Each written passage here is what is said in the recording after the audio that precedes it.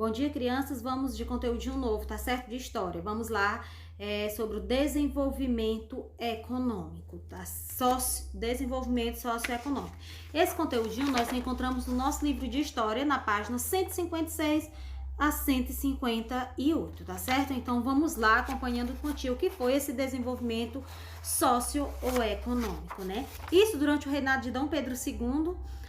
O Brasil, o nosso país aqui, ele experimentou mudanças muito importantes em nossa sociedade e principalmente a questão da economia.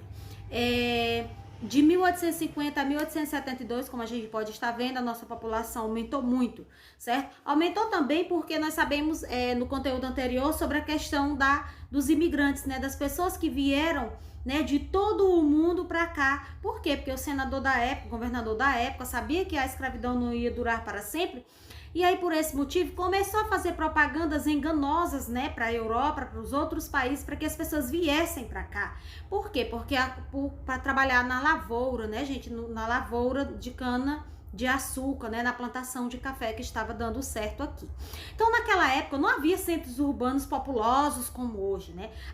Na zona rural eram mais desenvolvidas, eram mais importantes economicamente, tá certo? Então, porque desenvolveu-se nessa época, havia um grande desenvolvimento na plantação de café e na plantação de cana de açúcar. Até um tempo desse, gente, nós sabemos que proprietários de terra, as pessoas mais ricas da época, né? E até um tempo desse também, as pessoas na zona rural, que tinham grandes proprietários, eram proprietários de terra, que tinham grandes extensões de terra, eram consideradas as pessoas mais ricas, né? As pessoas iam lá pedir para morar, né? De favor, e nisso partia o que produzia, né? Pagavam uma espécie de renda, né? Porque as pessoas que eram proprietários de terra eram as pessoas mais ricas. E até pouco tempo isso foi. Hoje não, na sociedade de hoje, atualmente, nós sabemos que as pessoas ricas são os empresários, né? As pessoas realmente nos grandes centros urbanos. No interior, na zona rural, temos também pessoas ricas ainda, grandes proprietários de terras, mas há um maior investimento hoje na cidade. Embora aqui, né, também tenhamos muitas pessoas, né, na zona rural, muitas pessoas que hoje estão retornando também à zona rural. Mas naquela época, tudo, gente, né, a zona rural e os centros urbanos eram muito pouco, né, populosos, né? Então, tudo era mais desenvolvido na zona rural, certo? Naquela época, os centros urbanos mais desenvolvidos, as cidades mais desenvolvidas, também porque elas eram portuárias, eram as cidades que recebiam os escravos, né, que vinham trabalhar aqui nas lavouras, foram as cidades do Rio de Janeiro, Salvador Salvador e Recife, tá certo? Eram as cidades portuárias, as cidades mais ricas da época, como a gente está vendo aí. Tá certo? Então, iniciava-se também nesse tempo a transformação dessas cidades brasileiras pela instalação de energia elétrica, né? Que não tinha iluminação pública, gente. Então, agora que estava sendo implantada, e era uma iluminação pública a gás, rede de esgoto, a melhoria nos transportes e na comunicação também. Nós sabemos que os meios de transporte antigamente eram os animais, tá certo? Foram se desenvolvendo, aí foi a bicicleta, a charrete, carro de boi, e aí só então hoje nós sabemos que nós temos os meios de transporte marítimo muito bem desenvolvidos, né? Que os primeiros meios de transporte marítimos, né, que as pessoas utilizavam nas grandes navegações, aí eles foram se aprimorando. Depois tivemos um aprimoramento nos meios de comunicação também. Antigamente nós sabíamos que utilizava-se a carta há uns 15, 20 anos atrás aí, o meio de comunicação antigo, né, a carta. Hoje nós sabemos que o telefone, a internet, tudo facilita muito a nossa vida. Facilita no sentido de que nós nos comunicamos mais rápido, certo? Então, na comunicação houve um grande avanço, gente, nessa época aí de 1850, 1872, mais ou menos. Por isso o nome desenvolvimento socioeconômico, tá certo? Na comunicação, como a gente viu, os meios de comunicação evoluíram e continuam a evoluir, tá certo? Hoje nós podemos nos comunicar com as pessoas do mundo todo rapidamente, certo? Que antes demorava meses, 2 meses, 3 meses, certo? Pra gente ter uma resposta. Nos transportes também, nós sabemos que houve uma evolução, os transportes antes, nas navegações era marítimo, aí foram se desenvolvendo, hoje nós sabemos que tem o transporte aéreo, aquático e o terrestre muito bem desenvolvidos, não é isso? Então, essa procura por serviços, né, fez com que o capital circular com mais velocidade, né, deixando de ser exclusivamente voltado para as lavouras como era antes. Nós sabemos que tudo antes era voltado para a lavoura, tá certo? Então, nós temos agora a fábrica de gás no Rio de Janeiro, isso no século XIX. A cidade do Rio de Janeiro, ela cresceu bastante, né, devido ao comércio, né, principalmente graças ao comércio. Já São Paulo, ela cresceu graças ao progresso, como você está vendo aí, da cultura do café e a chegada de imigrantes, né, certo? Então, em um dos fatos mais importantes que ocorreu nesse período de desenvolvimento socioeconômico, minha gente, vamos observando aí, vamos marcando, assinalando aí o segundo parágrafo, tá certo? No governo de Dom Pedro II foi que boa parte do capital que antes era empregada para comprar escravos lá na África, tá certo? Então, o dinheiro que era colocado para comprar escravos na África agora não ia ser mais aplicado dessa forma. Ele foi aplicado em outras atividades econômicas, como importação de máquinas para a melhoria da produção agrícola, para a produção de café, açúcar, erva mate e das manufaturas, os tecidos, tá certo? Você pode estar vendo. Gente, então, muito importante, tá certo? Então, nessa época aqui, começou-se a deixar de comprar, né, escravo como era comprado antigamente, começou-se a investir mais em equipamentos. E só a partir de então, o nosso Brasil começou a se desenvolver melhor. Gente, muito influente nessa época, né, durante esse período, uma pessoa que muito contribuiu para o desenvolvimento socioeconômico do nosso país foi Irineu Evangelista de Souza, mais conhecido como Barão de Mauá, tá certo? Ele foi destacado brasileiro a investir em novas atividades econômicas na época. Como você pode estar observando, ele se destacou nos transportes. Por quê? Vamos lendo aí quantia. Fundou a primeira ferrovia no Brasil, que ligava Petrópolis ao Rio de Janeiro, inaugurada em 1854, e a Companhia de Navegação a Vapor no Rio Amazonas. Um grande benfeitoria dele nos transportes. Nos serviços, vamos lá acompanhando quantia. Era sócio da empresa de iluminação pública no Rio de Janeiro, certo? A iluminação que era a gás, né? Estava sendo implantada, responsável pela instalação do cabo telegráfico submarino, certo? Você pode estar observando aí. Queria facilitar a nossa comunicação com a Europa, certo? Isso em 1874. Então, criou também no Rio de Janeiro um estabelecimento para a montagem de navios a vapor. As peças eram produzidas na Inglaterra, importadas e montadas no Brasil. Tá certo? Então, tá aí a imagem, né? O Barão de Mauá, ele foi importante na época do Império. E suas ações contribuíram imensamente para que os europeus montassem aqui suas indústrias, tá certo, gente? Ele deixou de investir na compra de escravos e investiu na compra de máquinas, de equipamentos, onde pudesse vir a desenvolver o nosso Brasil. Aí aqui a tia colocou um textinho, né? Onde nós podemos ler e saber mais, né? Das benfeitorias, né, realizadas por Irineu Evangelista de Souza, tá certo?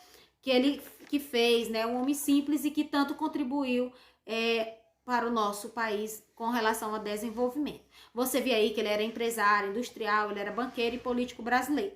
Ao longo de sua vida recebeu vários títulos, um dos foi o Barão de Mauá, né?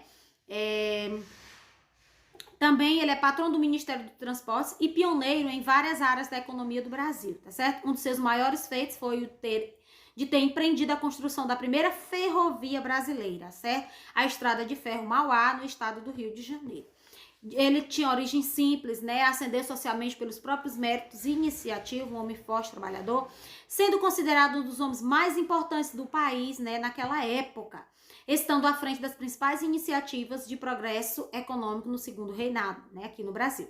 Então, incompreendido por uma sociedade rural e escravocrata, atualmente é considerado o símbolo dos empreendedores capitalistas brasileiros do século XIX. Viu, gente? Foi precursor no Brasil do liberalismo econômico, da valorização da mão de obra, do investimento em tecnologia, das transnacionais brasileiras, da globalização, do multilateralismo e do Mercosul, tá certo? Então, ele teve, assim, uma grande importância a questão da nossa evolução econômica, a valorização da mão de obra, começou a valorizar a mão de obra daqui, deixou de pegar escravos lá na África, investimento em tecnologias, né? Deixou de comprar escravo, começou a investir em tecnologias, a questão das transnacionais brasileiras de virem realmente comprar as fábricas, indústrias e fazerem aqui, né? Começar a fabricar. Por isso que São Paulo, né, ainda hoje, a questão da mão de obra, né, do emprego, as pessoas acreditarem que lá tem uma grande oferta ainda de empregos. Vem dessa época aqui, tá certo? Da globalização mesmo, né? Da comunicação com os outros países, multilateralismo e também do Mercosul. Então foram umas grandes contribuições dele. Agora aqui nós temos também esse texto do padre Antônio Vieira, gente, falando...